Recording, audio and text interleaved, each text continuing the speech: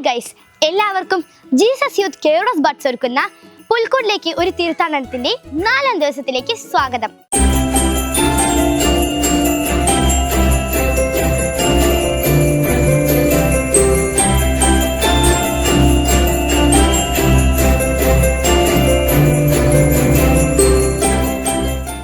നമുക്ക് മനോജച്ചന്റെ മെസ്സേജ് കേൾക്കാം.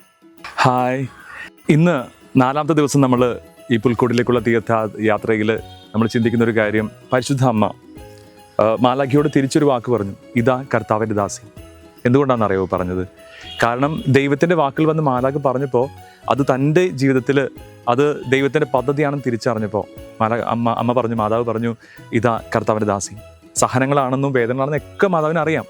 എന്നാലും ദൈവത്തിൻ്റെ ഹിതത്തിന് വേണ്ടി പൂർണ്ണമായിട്ട് സമർപ്പിക്കുന്ന പരിശുദ്ധ അമ്മയെയാണ് നമ്മളിപ്പോൾ ഈ ഒരു യാത്രയിൽ ഇന്നത്തെ ദിവസം കാണുക. പ്രിയപ്പെട്ടവരെ, നമ്മളുടെ സങ്കടങ്ങളിലും വേദനകളിലും ഒക്കെ പറയാൻ പറ്റണം, ഈശോയെ നിനക്ക് ഇഷ്ടമുള്ളത് പൂർണ്ണമായിട്ട് നിന്നിലേക്ക് ഞങ്ങൾ സമർപ്പിക്കുന്നത് പറയാൻ പറ്റണം. ഒപ്പം നമ്മുടെ കഴിവുകൾ, നമ്മുടെ പഠിക്കാനുള്ള കഴിവ്, പാടാനുള്ള, നമ്മുടെ ഓടാനുള്ള, ചാടാനുള്ള എന്ന കുറവുകളും എല്ലാം ഈശോയ്ക്ക് കൊടുത്തുകൊണ്ട് പറയാൻ പറ്റണം, ഈശോയെ പൂർണ്ണമായിട്ട് നിന്നിലേക്ക് സമർപ്പിക്കുന്നതെന്ന്. അപ്പോഴാണ് പരിശുദ്ധ അമ്മയെപ്പോലെ ദൈവഹിതം കണ്ടെത്തുന്ന വ്യക്തിയായിട്ട്, നല്ല മക്കളായിട്ട് വളരാൻ നമുക്ക് പറ്റത്തുള്ളൂ കേട്ടോ. ഇന്ന് ഈ ഒരു ദിവസം നമുക്ക് ഈശോയോട് പ്രാർത്ഥിക്കാം, എൻ്റെ ഉണ്ണീശോയെ ഞങ്ങളെ തന്നെ, ഞങ്ങളുടെ കുറവുകളും ബലഹീനതകളും ഒക്കെ ഞങ്ങളെ തന്നെ പൂർണ്ണമായിട്ടും നിന്നിലേക്ക് സമർപ്പിക്കുവാനായിട്ട് ഞങ്ങളെ പഠിപ്പിക്കണമേ എന്ന് നമുക്ക് പ്രാർത്ഥിക്കാം കേട്ടോ. Thank you. മനോജന്റെ മെസ്സേജിൽ ഇതാ കർത്താവിന്റെ ദാസി എന്ന് മാതാവ് പറഞ്ഞതുപോലെ തന്നെ നമുക്കും നമ്മളെ തന്നെ ഉണ്ണീശോയ്ക്ക് സമർപ്പിക്കാം. എന്നാൽ നമുക്ക് ഉണ്ണീശോയുടെ പൂമത്തയിലേക്ക് 4ാമത്തെ പുണ്യത്തിന്റെ പൂവ് വെക്കാം.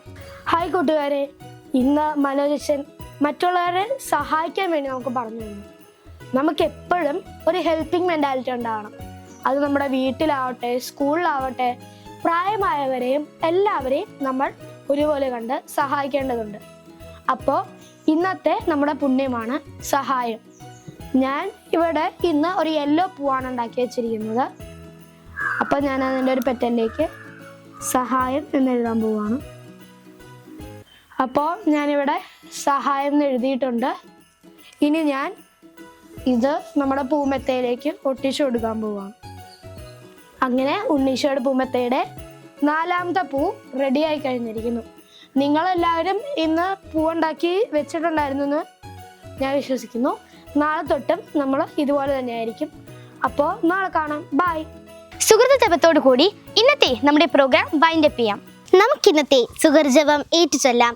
ഉണ്ണീശോയെ മറ്റുള്ളവരുടെ ആവശ്യങ്ങൾ അറിഞ്ഞ് അവരെ സഹായിക്കാൻ ഞങ്ങളെ പഠിപ്പിക്കണമേ. ഉണ്ണീശോയെ മറ്റുള്ളവരുടെ ആവശ്യങ്ങൾ അറിഞ്ഞ് അവരെ സഹായിക്കാൻ ഞങ്ങളെ പഠിപ്പിക്കണമേ.